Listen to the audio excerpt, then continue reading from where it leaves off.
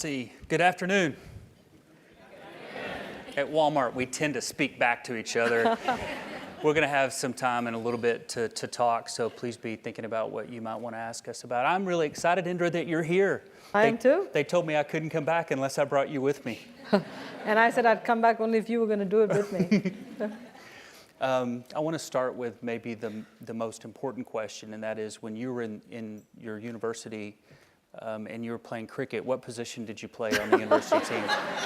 You know, first of all, do you know what cricket is all about? I do not. And okay.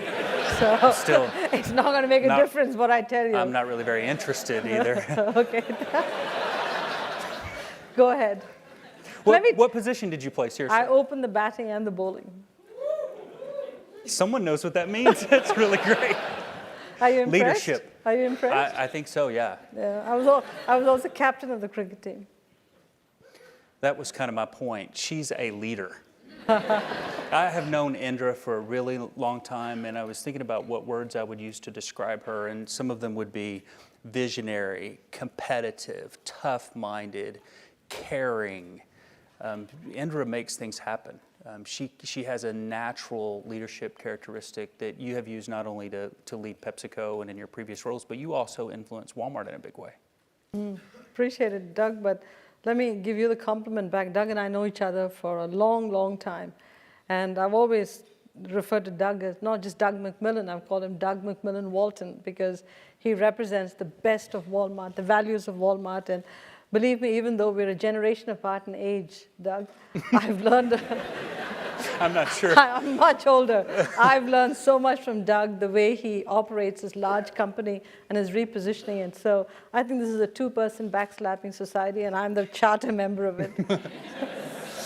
So as we think about what these people might be interested in or benefit from the most, the first thing that comes to my mind is change. And I know your business well enough and know what you're thinking well enough to know that you're facing a situation where the world is changing very dramatically, people are changing, the environment you're operating in is changing, and you're trying to position PepsiCo for the future. So maybe we start out with talking about, what do you see that convinces you that PepsiCo needs to change, and what is it that you're trying to accomplish during your tenure? I mean, it's many questions nested in one, but let me take a shot at it.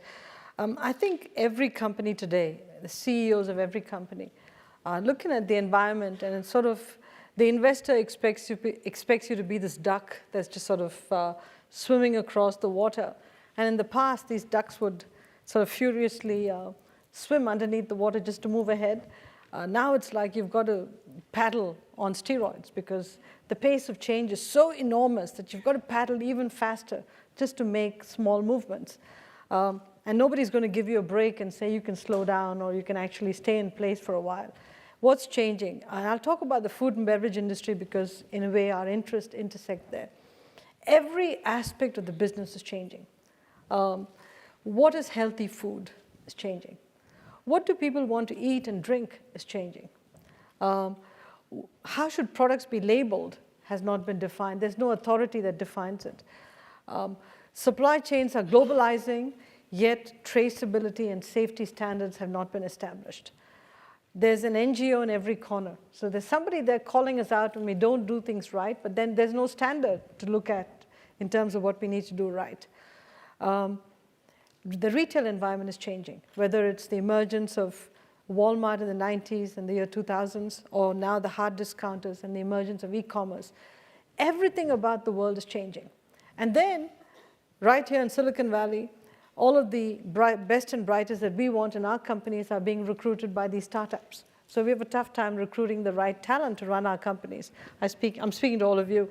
So I think what happens is that we are facing unprecedented change in our business models. And on top of that, we have to globalize, but the world is a tough place right now. We've got economic volatility, macroeconomic crises in many, many places, political upheaval. So I think companies like ours, if you really want to keep performing, you've almost got to change your model all the time. And Klaus Schwab of the World Economic Forum talks about this and says, you've always got to be in beta. It sounds wonderful as a set of words, but when you actually have to practice in the company, it's pretty scary. because it's not motivating a small group of startups or a small group of employees who have the same thinking that you do. We have 260,000 employees. And when you decide to zag instead of zig, you've got to tell them what you're going to be doing, why you're doing it, how it's going to impact them, and why they all have to come along with you on the journey. Let me give you examples. When we decided to change our product portfolio, to go from a predominantly fun-for-you product line to including more better-for-you, good-for-you products, different profitability, very different product line, closer to agriculture, change the model in the company. Our employees sat there going, what is she doing? Why do we have to change? We're doing pretty well selling these products. Why do we have to change? But the challenge of the leader is looking around the corner and making the change before it's too late to make the change. I remember as late as 2007 or 2008 going to see investors, and they looked at me and said, why do you have to change your portfolio? We are American. We like soda and chips. Your job is to sell more soda and chips. And I sat there in shock because every trend that I was seeing indicated that the consumption of these categories was slowing down. And I looked at the investor and I said, have you changed your eating and drinking habits? And that person said, yeah, but forget me, I'm not the normal consumer. I said, the problem is many consumers are like you. They've changed their eating and drinking habits. Today, that same investor says to me, why can't you go faster? Why are you so slow at making a portfolio change? It's because people like you were the ballast for me. You didn't let me go faster because you always criticized what I was doing, all right? But that's reality. So I think we are in a world of unprecedented change where companies, the CEOs, the DNA of the company has to change. And we all have to change at a point when short-termism abounds. Everybody wants the results today. And the tolerance that you have to make the change on a large scale is not there. And I'm sure you're facing the same issues, Doug. And I mean, I watch it in action at Walmart. So tell me a bit about what you're going through. I wanted to ask you the questions. I already have another one. Either way. I think it's very similar. Yeah. I mean, you know where you are and you develop a vision for where you need to be. And trying to get from here to there is the hard part. I feel like that the vision that we have collectively is improving all the time. But turning around and moving an organization that's older than 50 years, that was built for a certain purpose with 2.3 million people is a big part of the challenge. And the last time I was here, I admitted that I have envy for those that are at a startup, because you can write your culture on the wall or your values on the board and you can go that direction. You get to create something rather than change something, and changing something feels harder. And then I said to anyone who wants a great challenge, let me know and we'll hire you at Walmart. I had one person call me. So it's, it is hard. And I think that these people are smart enough to figure that out. That's true. Let's go to learning. You mentioned that, you're seeing what you believe the company should become. You didn't arrive in this position knowing everything that you know now. How do you go about learning as an individual and using the knowledge that you're picking up to shape the future? Because as you know, the strategic planning cycles are gone now. Yeah. Its strategy is being shaped hourly, not annually. The one big lesson I've learned, Doug, is that if you just depend on the traditional strategic planning cycle or depend on a standard set of consulting reports, you actually are going to do your company a big disservice. And our CEOs and leaders have to be lifelong students. And not just students in the sense of attending courses or reading a book or two. You've got to learn how to read widely, walk the market, look at trends in the marketplace, make connections that don't seem obvious, and start to paint pictures of what the future could be. And then watch consumer behavior. I'll give you an example. 10 years ago, or maybe 15 years ago, if you came to PepsiCo and looked at all the beverages that were being served on the side tables when we were having meetings, most of the people would be consuming full sugar beverages. But 10 years ago, the trend shifted. Or maybe 20 years ago, they were drinking full sugar. 10 years ago, they shifted to diet drinks. Okay? But 5 years ago, they were drinking more bottled water. Now, the point that I'd make to my guys is, guys, you don't need to hire a consultant to tell you where the trends are. You just have to look at our side table. Remember the number of facings we used to have for regular sugar Pepsi versus diet Pepsi versus bottled water now? If we're all drinking bottled water or drinking zero-calorie beverages, why do we think we're not representative of the consumer? Very often, I think what happens is we separate out the consumer out there from the consumer in us. We are the consumer. And the more we can bring the two together and say, we too are representative of the consumer outside, I think it would be better. We go out and our children play with other children. We see other families. And when they moderate certain products that we sell in terms of what's given to kids, that's a trend. Okay, so we've got to watch all of these things. And too often, I think, us leaders think what consultants tell us or what certain reports say or certain books say is the gospel. It's really not. We have to become our own data collectors, data analyzers, and then shape creators. And I think that's the toughest thing, because people who are rewriting the rules have to create the shapes. And people don't like that, because they have a traditional model of how things work, and they hate people who upset status quo. And I think both of us are upsetting status quo in a big way. And it's tough, but it's fun. It is. It's hard sometimes to take your kind of business hat off and be a customer or a consumer. And I'll admit to, when I'm working, like yesterday, I went to Palm Springs and visited a super center. I'll put my Walmart badge on and I walk into that store and I have a certain mindset. On the weekend, I went shopping because we needed milk and some things at home. And my vision of that store. Did you go to a Walmart? Of course. Just Not stupid. I mean, but I just experienced out of stocks differently. Everything, felt different. And staying objective and being in the moment is something that I think I need to continue to work on, whether it's our mobile app or the store. Yeah, I do market tours every weekend. The first few years that I was a CEO, I'd take pictures of what I saw in the store, and I'd download it to my people and say, there's out of stocks here, this doesn't look right. I mean, I'd go on market tours sort of about a 2-3 hour radius from my home.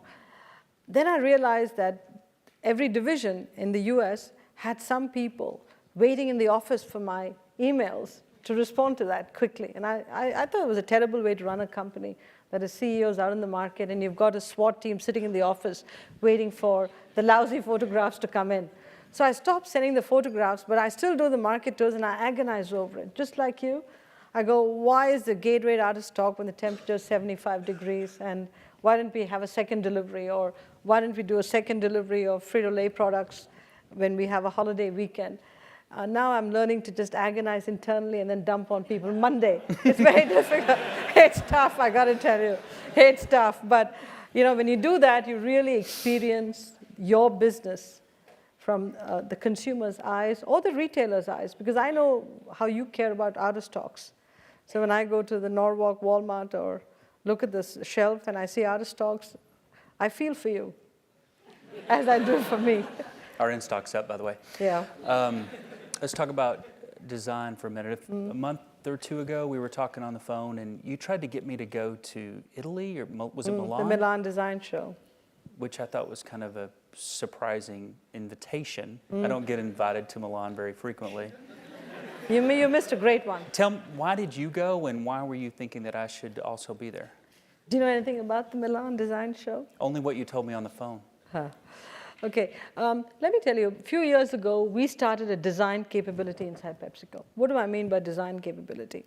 And I have to tell you a little story before I bring you into the design loop. When I first became CEO in 2006, as I looked at our products, I looked at our packaging, I looked at how we put things on the shelf, I thought they were singularly all right, and in some cases unimpressive. And I thought that we needed a dash of design thinking in the company.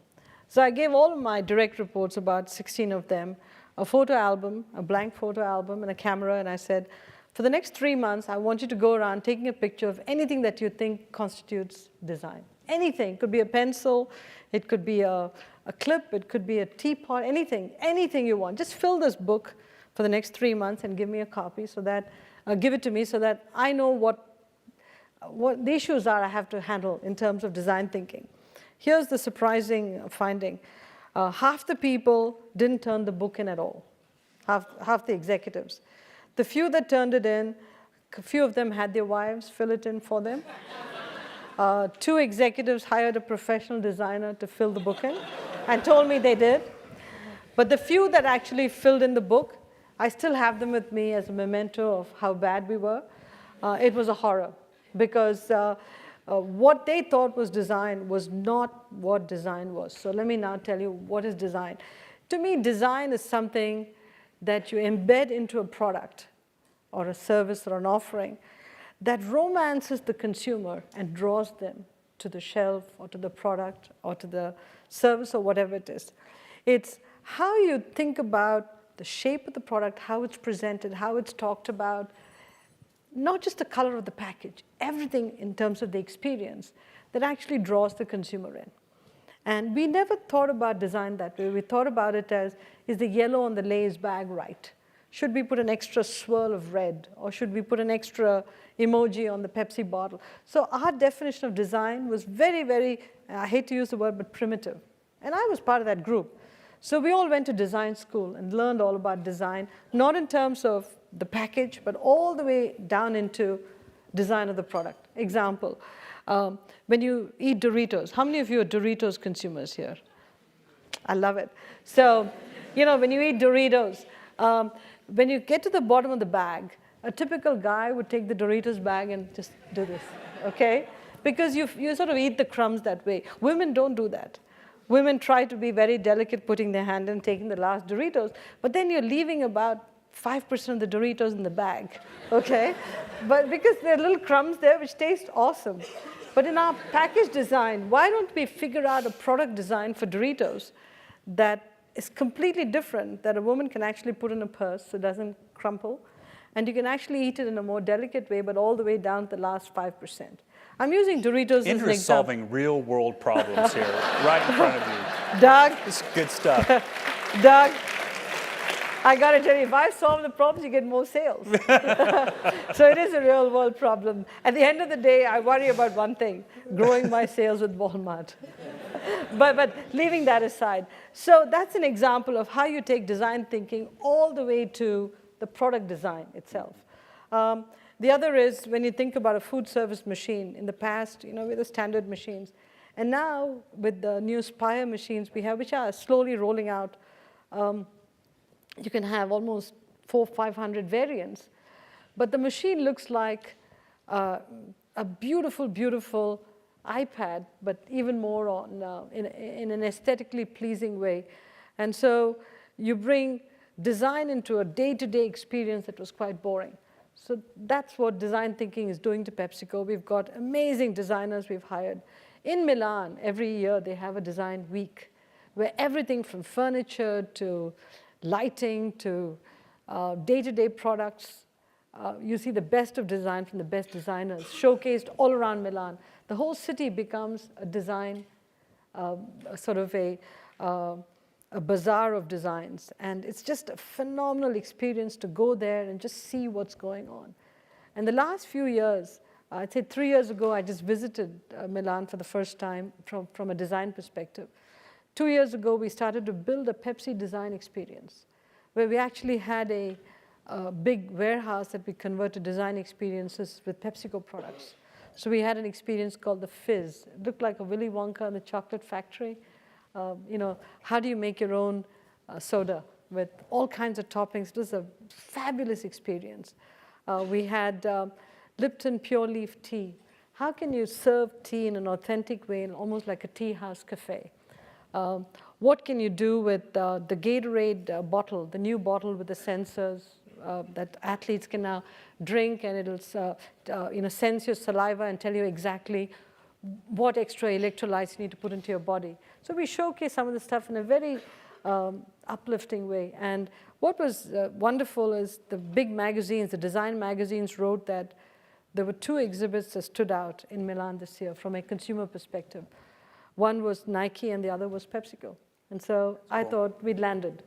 It was a great, you missed a great one. Next year. Next year. That's a lot of progress. It is. And I'd like you to visit our design studio sometime. Phenomenal designers. We have a long ways to go, Doug, a long ways to go, but we're making progress. Yeah, I think it's going to matter to us. It feels like what's happening in retail is that the the needs that customers have are being outsourced to the internet. Whether it's mobile or voice or whatever comes next in the future, increasingly so, people are not going to have to think about staying in stock on Pepsi. Yep. It's just going to happen. And we're going to play a role in that process through our supply chain. But even on something like a Pepsi, if we keep thinking of it as the cola that was invented in 1893, that's like being the custodians of a utility. That's not the business we're in. The question is, how do you bring excitement into this category again and again? Because this is a heritage brand. So we're doing several things. Whole range of craft sodas, lower sugar offerings, trying to make Pepsi more of a make my own beverage at home. So we're playing with Pepsi in so many ways. 1893, the new cola that we launched as a craft soda, doing very well where it is. The make my own Pepsi that's being sold, interesting consumer base is bringing in. And the lower sugar offerings of Pepsi with great taste will go into the market. Will they all be as blockbuster as the original Pepsi? Probably not. But they will stem the decline of a category while we launch all kinds of new beverages on top. So the emotional component, not just the utilitarian aspect of your product. Yeah, because Pepsi is not a drink, it's an experience, it's a brand that is timely, I would say, because it defines culture, it defines sports, it defines music. And I still remember a famous music producer in California once said to me, when I ran into him, he said, I don't have any young musical artists that are worthy of a Pepsi contract. That's a big statement, that are worthy of a Pepsi contract, because to be associated with Pepsi that launched so many young faces was a big thing, whether it was Michael Jackson or Britney Spears or Madonna or Christina Aguilera. And they all made their success working with Pepsi. They were known as Pepsi stars. And so he said, I don't have any young people that are worthy of a Pepsi contract. So the Pepsi brand is absolutely associated with culture-defining moments. And so we have to figure out how to make the product come in tune with the brand even more as the consumer changes. You can probably pick up on some of the themes, but what happens is as companies get older and larger, they start specializing within the business, and it replicates what you've done before. So in Walmart, we have logisticians and merchants and marketers and lawyers, and everybody specializes, and you end up with these silos that are, by design in some instances, created to just keep doing what you're doing.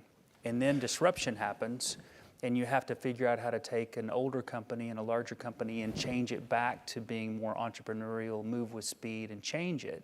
And you can hear those themes in Indra's story, and it's the same in our story. And I think a lot of what we're believing at the moment is that we're going to help transform the company using technology. We can hire talent, we have hired talent, we can invest and do a lot of that. But over time, what will differentiate us and ultimately enable us to win and have a role to play in society is still humanity. It's still our culture, it's still our people. But getting from where we are now to there will require cultural change in addition to advancements in technology. And that's an interesting business challenge to take on when you're at our scale. I think the big question for all of us, Doug, is, there's been a lot written about you've got to preserve the history and the heritage of the company while you make the change. Sometimes I wonder if it's a ballast. And I'll tell you why, because yeah, you should respect the heritage, you should respect the culture, be cognizant of where you came from, but I'll speak for myself. I'd say maybe I was a little too respectful of the heritage and culture. Because what happens is when you have companies where people are in the company for a long time, and PepsiCo's got a lot of long tenured employees. They've come into PepsiCo young, they retire from the company, and then as they leave the company, they still remain attached to the company. And they are talking about PepsiCo all the time. At some point, you've got to make the break. You know what I'm talking about. They still think they're part of the company, they're running the company, right? And so this book club has to be kept happy, but I don't think you should let them run the company.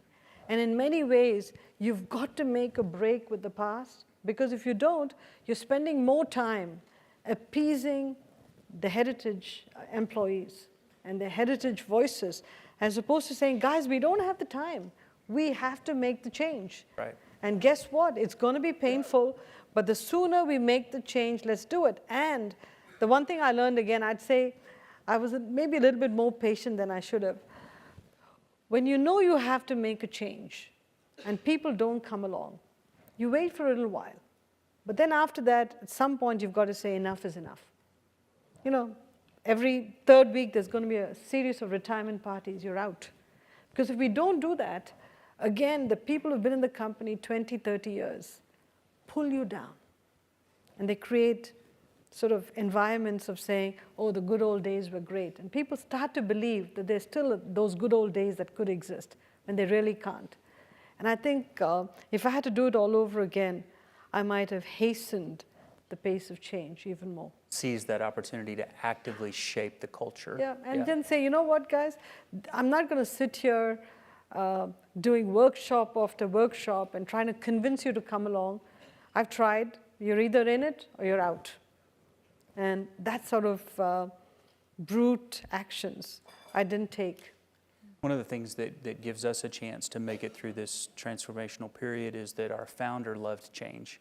And while we can respect the past, you must invent the future. And our founder passed away in 1992, but the one thing I know for sure from being around him a little bit and from all of the stories and experiences is that if he were here today, he would be changing things. And it gives you that mandate. You know, you can stand up in front of a group of Walmart associates and you can say, the only thing that's constant at Walmart is, and the group will say back, change. And that gives you an opportunity to say, okay, let's talk about what we need to change, why we need to change, and what this is aimed towards. And if we don't, we're done. It's only a matter of time. Change is scary. Change is very, very scary, especially when you're leaving the comfort of a large company where, you know, you've had fabulous salaries, benefits, pension plan that was terrific, and all of a sudden, you're going to be cast out. Isn't it interesting? It's perceived safety, but it's actually the opposite. The safety of a career, of a company, the future is actually on the change side of things, not on the status quo. But if you know that you have a role in the change, you embrace it. Right. But if you don't know if you have a role in the change, or because you're sure you don't have a role because you don't have the skills, it's a problem. So communication today is different. Totally. I joined Facebook last week, been on Instagram for a while. What do I need to be on next? Snapchat's next. There'll be something after that probably. But, you know, Sam Walton was not on Instagram or Facebook, and I know I'm a little late to the party, but there's power in it, and it's all about getting the word out on why are we doing what we're doing, and what is it that we're trying to accomplish, and giving people a voice. You know, communication is not one directional, it's multi-directional. I'm just on Twitter and I'm scared to death because I have no idea what's going to happen. Look, for you kids, you're reckless, all right? For us CEOs, it's terrifying because if you make one mistake on tweeting one word out, there'll be millions of people who sort of kill you in the public domain about how dare a CEO say what they do. I'm envious of my kids because the stuff they tweet out and the stuff they put on Facebook, oh my God, scares me to death. But you know what? This is the great thing about being young. What they don't know yet is all of that is going to follow them for the rest of their lives. But, you know, that's a tough part, Doug. You know, you and I don't have anything to worry about. Doug, I wanted to ask you a question. How do you manage to be CEO of Walmart, living in this small town where every move that you make is tracked all the time? What do you mean? Tracked? You mean everybody knows everybody? Like Mayberry? Something like that. A little bit bigger than Mayberry, yes. Yeah.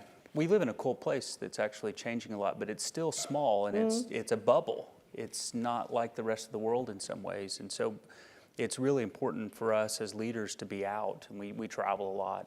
We're all over the world, but go back to this really small place where if you go to the Walmart, which I do, everybody's like, hey, Doug, how you doing? People follow you around the store to make sure everything was in stock, you know. So we have to be cognizant of the bubble and not let it cause us to be comfortable. It's not the most competitive market in the world. That's very true. You know, when I go on market tours, it's the same thing. They set up the market for me. So I always see the perfect execution. So now when I go to any city and they say, oh, we're going to the following three streets to do a market tour, I go, guess what? I'm going to decide where we're going. And now they're terrified because I could pick a place that's completely off the beaten path, and I don't want to see a prepared market. I want to see the market as it exists normally for the consumer. That's why we don't tell stores we're coming when we, like yesterday when I popped into the store. One associate told me once, Doug, you're just like the Queen of England. And I said, in what way? And they said, everywhere you go, you smell fresh paint. That's a good one. You got to remember that, right? Yeah. You got to remember that and stay real.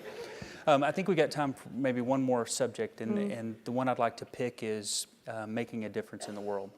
So you've ended up in this position. Probably growing up as a kid, you knew I'm going to be the CEO of PepsiCo. I mean, you probably knew that. But now you find yourself here, and you have this responsibility and this platform, really, to try and make a positive difference in the world. How do you think about that, and how do you help lead the board and your management team towards making that difference, and what's it mean to you personally?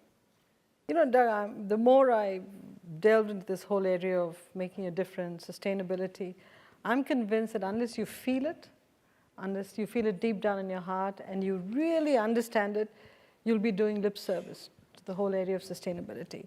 In my case, I grew up in Madras in India, where at those days, and even today, I think, there wasn't much water in the city. And we had so little water to live on every day that this whole notion of water availability and water use was a crisis for me all my life. I didn't know a time when water was aplenty until I came to the United States, okay? So water was seared into my head. The second is we grew up eating and drinking a certain way. And all of a sudden, I realized that as you look around the world, as you look around all of the health issues around the world, food played a very important role in people's health and wellness. So, you know, one had to worry about that aspect too. And then my daughter went to work for the Environmental Defense Fund, EDF. And I got a whole new appreciation for all of the environmental issues beyond water, whether it was the carbon footprint, whether it was fisheries, whether it was any issue. She would actually show me all of the statistics, what it was doing to the world, overfishing in certain coasts or plastic in oceans.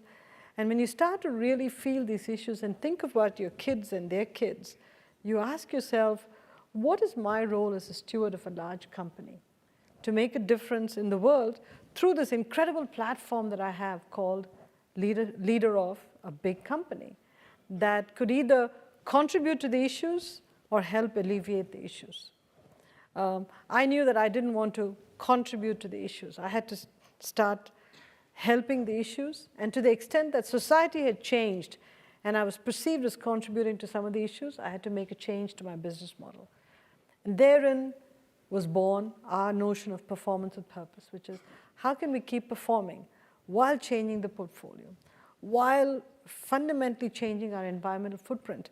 And then the third one, which is really the one that I'm most excited about, is what can we do for our employees so that they can come to work at PepsiCo feeling like PepsiCo is a place where you can not just make a living, but have a life, so that you can bring your whole self to work, the company treats you in a fair and equitable way, provides you the support system to be who you are, to allow you to be who you are, and we embrace you completely. And so performance with purpose is not a corporate social responsibility program. It is not. It is how we make money. Because our belief is if we don't change the portfolio, we can't keep delivering performance. If we don't change our environmental practices, we won't get a license from society to operate. And our cost goes up because we pay for water, we'll end up paying more for plastic recycling. So we have to do that. And if we don't get the best and brightest in terms of people, we won't be able to deliver performance. So performance with purpose is how we make money, not how we spend the money we make, which is what corporate social responsibility is all about. So that's really what we're all about. Very well said. We see it the same way. Yeah. I feel the same way. We want to open it up for questions. Fire a difficult one to Indra, if you could, to start us off. The first question comes from Twitter, and it's actually to you both, and it's a classic. What organization and what leader do you most admire, and why?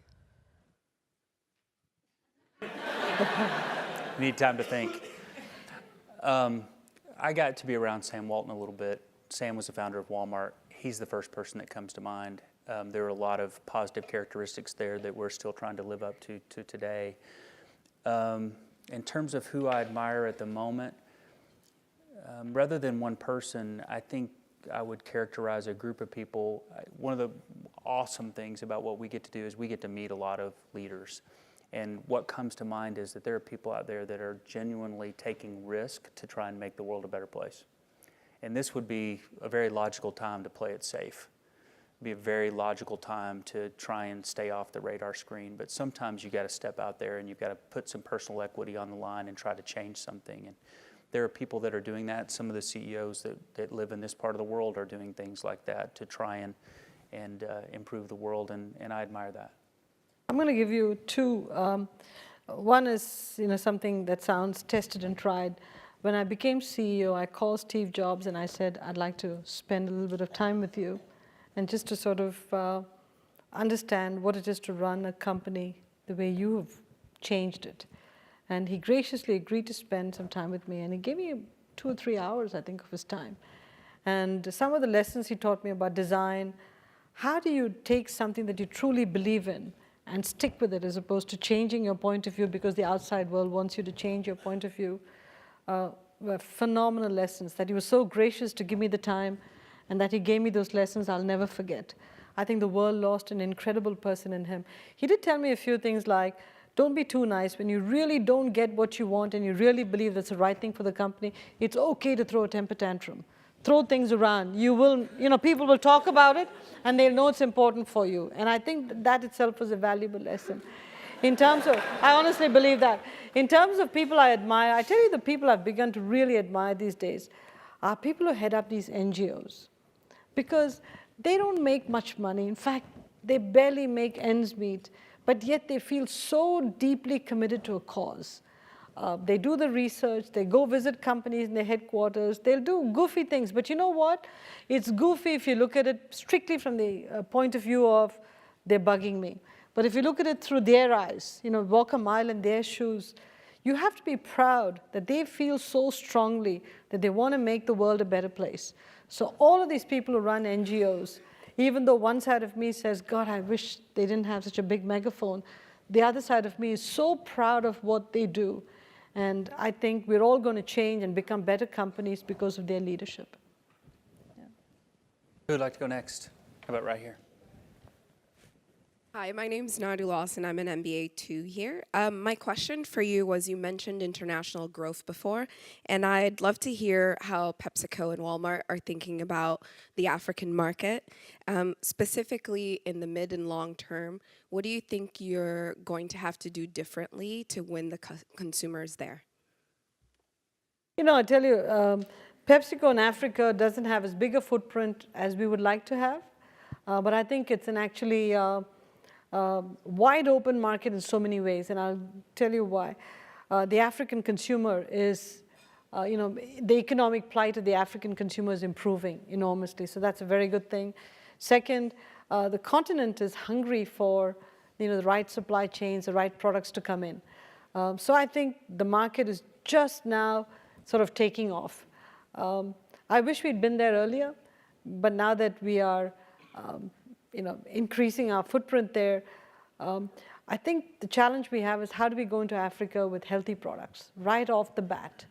Not start with the fun-for-you products, start with more the good-for-you products, the more grains, fruit and vegetable, stuff that contributes to the nutritional quality of the African consumer, which means we have to set up the agricultural supply chains, which is really what we're working on right now. So I think, especially the sub-Sahara Africa region, because in parts of Africa like Tanzania or South Africa or Nigeria, we're in already. But the rest of Africa, I think we're working on setting up the agriculture supply chains. And there's a lot of it available in Africa. We think the potential is huge. I'm really excited about Sub-Saharan Africa, and personally was involved in the investment that we made there a few years ago in what I believe is the best management team on the continent, the best management team in Africa from a retail point of view. We have various store formats. We're going to end up with an important business in Nigeria someday, in Kenya, in South Africa, where most of the business is now, and we're today in about 12 different markets there. And Personally, I've been to 5 or 6 different countries in the region in the last few years, and I feel an energy and an optimism and an opportunity that I believe will be a very good business for us over time. We want to be local. We decided not to buy 100% of the business because we wanted others to be able to benefit from the business that we were growing there. We're sourcing locally to the extent possible, which is not that hard because most of it's food and we're not moving it a great distance anyway. So I think there's an opportunity to grow there for a long period of time and reach a lot of people and fulfill our purpose, which is to save people money and help them live better. But we're going to have to generation skip in some ways with technology. You, I'm sure, know how advanced mobile is and how advanced some things like payment are in some parts of sub-Saharan Africa. And so just like the rest of the world, we've got to be on the front edge as it relates to technology and do it in an African way. I'm very excited about it. Hi, my name is Ben. I'm an MBA too. First of all, thanks so much for coming. So you talked about having to be a bit conservative, or the pressures to be conservative as the CEO of a big company. You have to be conservative on Twitter. You have to be, conservative with your investors. So having to innovate to succeed in this fast-changing world, how do you resist those pressures, and what can CEOs like you do to resist those pressures? I think personal conservatism versus taking risks with the business are two different issues. So with innovation, you've got to write the rules for our products, because very often, if you really want advantage, you've got to be the first mover.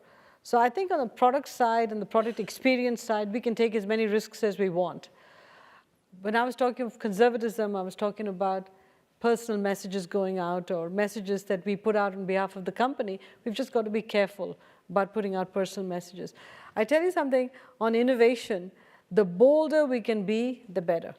The more we can break the rules, the better off we're going to be, because the world is full of ideas today. And if we don't do it, somebody else is going to do it. In fact, I'd say little startups are capturing a lot of the growth today, even in our space, even in the food and beverage space.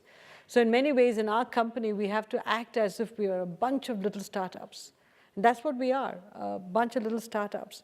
So in order to do that, we've got to allow people to be bold, write the rules any way they want, and that's what they're doing in our company. When we have $22 billion brands, and now we've got another 3 or 4 in the pipeline, each of them is a little startup, and they're not conservative at all. Pepsi is not a conservative brand. As an individual, I am.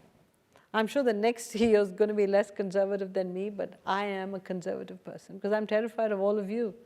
That's what it is. I think the advice I would give you, whether you're going to start a business or you're going to join a business, would relate to values and pausing for a little bit of time to know who you are and what you stand for. In our case at Walmart, we have 4 core values.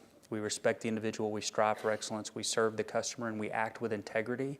Those 4 core values resonate for me personally, so it's been quite easy to be part of Walmart because those are the things that I personally believe in. And the reason that matters in the context of your question is lots of things are going to come your way.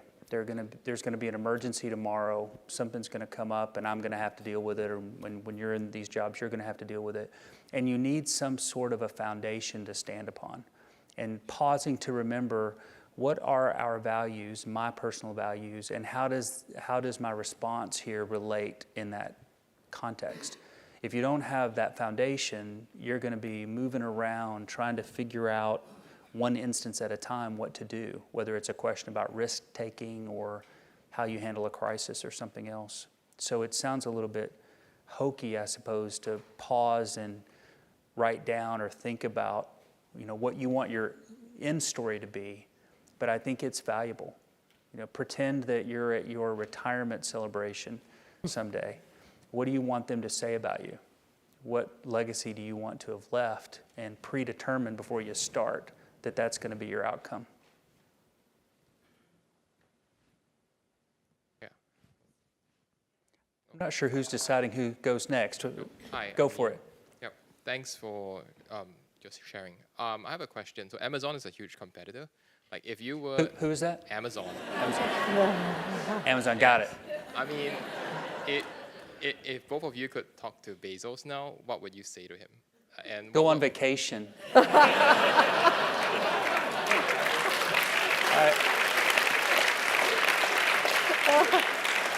Jeff doesn't need any money, but I'd be happy to pay for his vacation.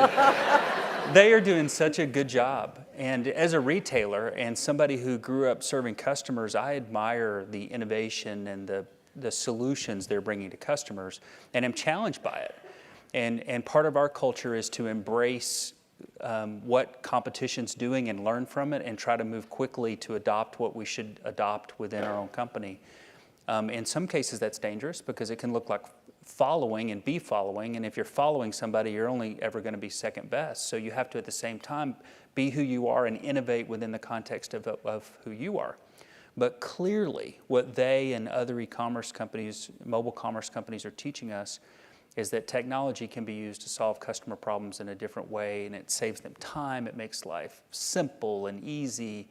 And we did that for a period of time in one way, and now we've got to do it in new ways. So, I welcome the challenge. I like a competition. The one thing that I know for sure is that customers are going to win. And they will decide who's here and who's not here. And thankfully for us, we don't compete against just one company, we compete against a lot of companies.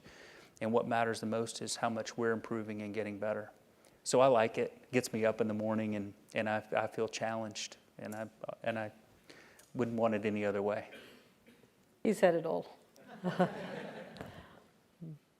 Thanks for coming and sharing. My name is Iran Jiang. I'm from China and now MBA 1.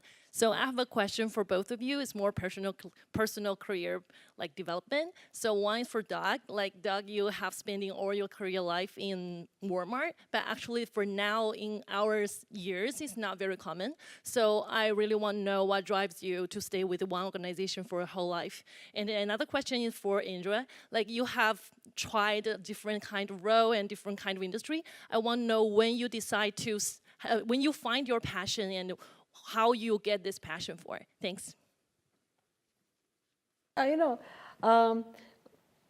think I've learned from all the industries I've been in, because it's ranged from, when I was a consultant, you learn everything from chemicals to banking to high-tech, healthcare. I did everything.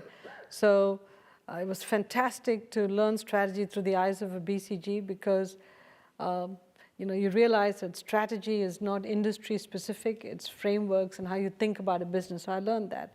And then through my journeys at Motorola and ABB, and then coming to PepsiCo, just going from high tech to utilities and power plants. Again, I learned so many different facets of business. When I came to PepsiCo, even though I hadn't really worked in the consumer space, I could think differently. And at that point when I joined PepsiCo, PepsiCo needed new thinking. So I came in and started to shake up status quo from day one. And PepsiCo gave me the leeway to go ahead and make all the changes and suggest all the changes that need to be made. And I think why I've stayed in PepsiCo and why I've put down roots in PepsiCo, from the day I joined the company, and this is one part of the culture that has not changed, I feel like PepsiCo is my company. It's embraced me, and now I make sure we embrace other employees. I feel it's my company. It's not some public company called PepsiCo, it's my company. Every aspect of the company, I feel I can change it anytime I want. I felt that way when I was head of strategy. I felt that way when I was CFO, when I was president. I feel that even more so as a CEO. And when you have that sense of ownership about the company, why would you leave something that you own?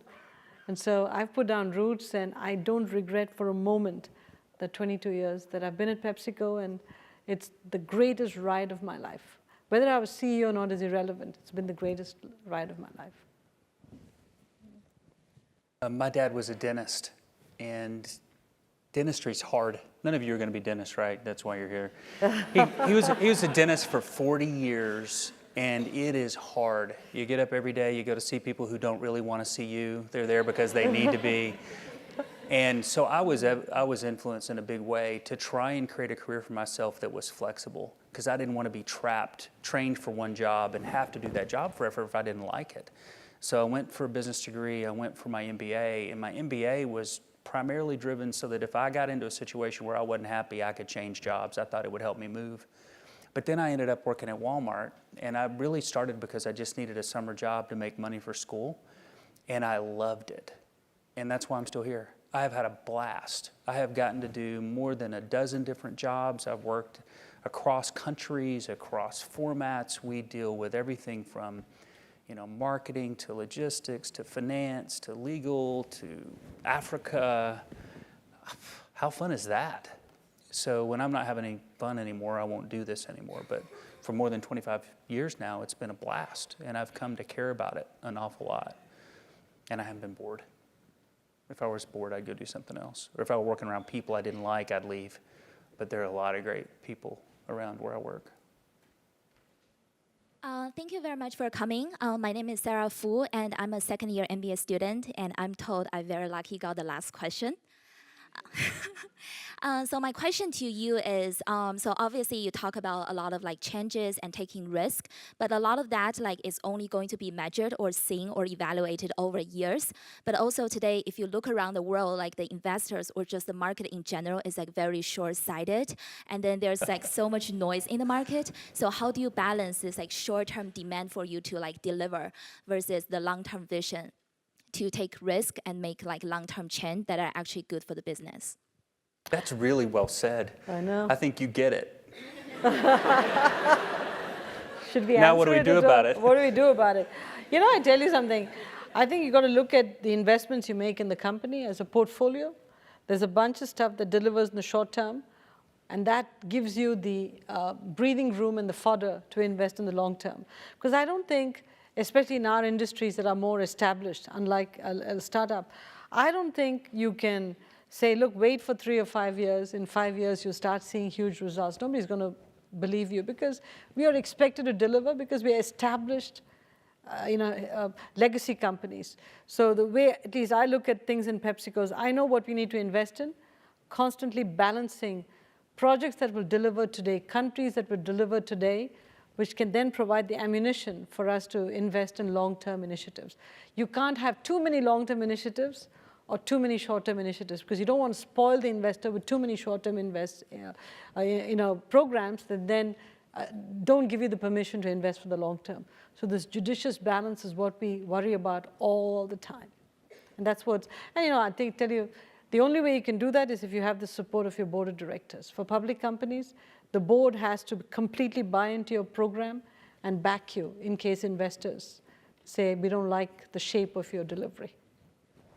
If we ran these businesses for 1 quarter or 1 year, we would harm them greatly, and we care too much about them to do that. But as we're articulating that long-term vision, which in some cases may be beyond one investment cycle, we have to communicate clearly what our strategy is and be held accountable to milestones along the way. So it's not enough to say, I'm managing this business for the long term, get back to me in 5 years, we'll see how it goes. We'd like to try that, doesn't work. So I think as long as you are deliberate, thoughtful, you build relationships and communicate, whether it's the investment community or your board, you can do it. And in our case, we have a family that owns almost half the business, so it helps a lot. If they believe in what you're doing, it helps us have a long-term perspective, not just a perspective that's going to deliver value in a year. I don't have that family luxury. It's great. If you ever get the chance, I recommend it. Please join me in thanking Doug. Yeah. Doug, thank you. Great job. Thank you.